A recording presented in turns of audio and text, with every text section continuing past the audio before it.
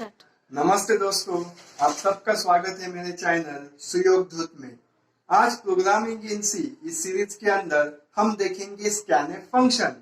तो ये वीडियो देखने के बाद आपको पता चलेगा कि स्कैनएफ फंक्शन क्या होता है और अगर हमें रन टाइम में यूजर से कोई वैल्यू एक्सेप्ट करनी है तो वो हम कैसे कर सकते हैं। तो ये है इस वीडियो के ऑब्जेक्टिव। तो आइए देखते हैं कि क्या होता है स्कैनएफ फंक्शन और प्रोग्रामिंग में इसे लिखा कैसे जाता है। दोस्तों, स्कैनएफ फंक्शन एक इनपुट फंक्शन है। It is used to accept input from user at run time. दोस्तों, बहुत सारे स्टूडेंट्स को ये चाहिए कि हम रन टाइम पे वैल्यू एंटर करेंगे और जो वैल्यू एंटर करेंगे उस पे ऑपरेशन परफॉर्म होने चाहिए। तो ये वैल्यू एक्सेप्ट कैसे करनी है? तो ये वैल्यू एक्सेप्ट करने के लिए दोस्तों आपको यूज करना है स्कैनएफ फंक्शन। तो स्कैनएफ फंक्शन एक इनपुट फंक्शन आएगा जिससे हम एक्सेप्ट करेंगे वैल्यू यूजर से। कहां पे? रन टाइम पे। तो जो स्कैनएफ फंक्शन है वो लिखा कैसे जाता है? तो अब आप रन टाइम पे वैल्यू एक्सेप्ट करोगे तो क्या क्या एक्सेप्ट करोगे? आप इंटीजर एक्सेप्ट करोगे, फ्लोट एक्सेप्ट करोगे या तो फिर कैरेक्टर वैल्यू एक्सेप्ट करोगे। बहुत इंपॉर्टेंट फंक्शन है दोस्तों, क्योंकि आपको हर प्रोग्राम में, लगभग हर प्रोग्राम में आपको ये फंक्शन यूज करना है। तो सबसे पहले आप लिखेंगे स्कैनएफ फंक्शन का नाम, फिर ओपनिंग ब्रैकेट, फिर आपको डबल कोट देना है और डबल कोट के अंदर आपको लिखना है फॉर्मेट स्पेसिफायर।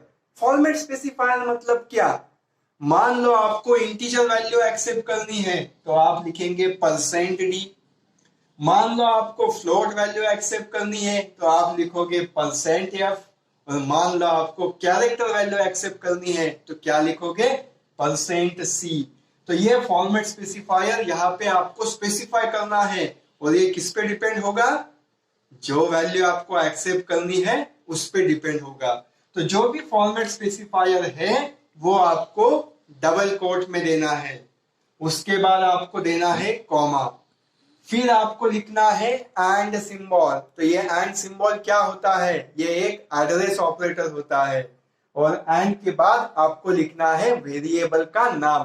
तो जिस वेरिएबल में आपको वो वैल्यू स्टोर करनी है, सेव करनी है, वो वेरिएबल का नाम आपको यहाँ पे लिखना है। तो ये वेरिएबल का नाम सबसे पहले आपका डिक्लेयर होना जरूरी है। तो एंड का मतलब क्या है दोस्तों? प्रिंटएफ में कभी एंड नहीं आता, लेकिन स्कैनएफ में एंड आता है और बहुत सारे स्टूडेंट ये एंड लिखना भूल जाते हैं। तो एंड का मतलब होता है कि उस वेरिएबल में कंप्यूटर मेमोरी में वो वैल्यू स्टोर हो जाएगी। तो एंड लिखोगे तभी आप उस वेरिएबल को आगे यूज कर सकते हो। अगर एंड लिखना भूल गए तो दोस्तों उस वेरिएबल में जो वैल्यू है वो कहीं पे भी सेव नहीं होंगी। तो फॉर्मेट स्पेसिफायर यूज करके आप रन टाइम पे यूजर से कोई भी वैल्यू एक्सेप्ट कर सकते हैं। अब देखते हैं इसके कुछ एग्जाम्पल। अब इस सी प्रोग्राम में हमने दो वेरिएबल डिक्लेयर किए, एक लिया इंट x और दूसरा लिया फ्लोट y। अब यहाँ पे यूज़र को बोला गया please enter any two numbers. अब इसको एक्सेप्ट करने के लिए मैंने दोनों नंबर एक ही स्कैनएफ फंक्शन में एक्सेप्ट कर लिए। तो आप सेपरेट स्कैनएफ फंक्शन भी लिख सकते हो। तो सबसे पहला नंबर मुझे इंटीजर का एक्सेप्ट करना है तो मैंने यूज़ किया %d। और उसके बाद मुझे फ्लोट की वैल्यू एक्सेप्ट करनी है तो मैंने लिखा %f और and x comma and y। इसका मतलब फर्स्ट नंबर x नाम के वेरिएबल में सेव हो जाएगा और सेकंड नंबर y नाम के वेरिएबल में स्टोर हो जाएगा।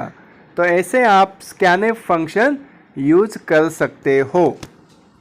अब आपको समझ में आया होगा दोस्तों कि स्कैनएफ कितना इंपॉर्टेंट फंक्शन है सी प्रोग्रामिंग में, क्योंकि इनपुट लेना है तो हम स्कैनएफ ही यूज करेंगे और जो भी वैल्यू आपको एक्सेप्ट करनी है तो उसके लिए अलग अलग फॉर्मेट स्पेसिफायर दिए गए हैं। इसका यूज करके और सिंटैक्स का यूज करके अब आप प्रोग्रामिंग में अलग अलग वैल्यूज एक्सेप्ट कर सकते हो।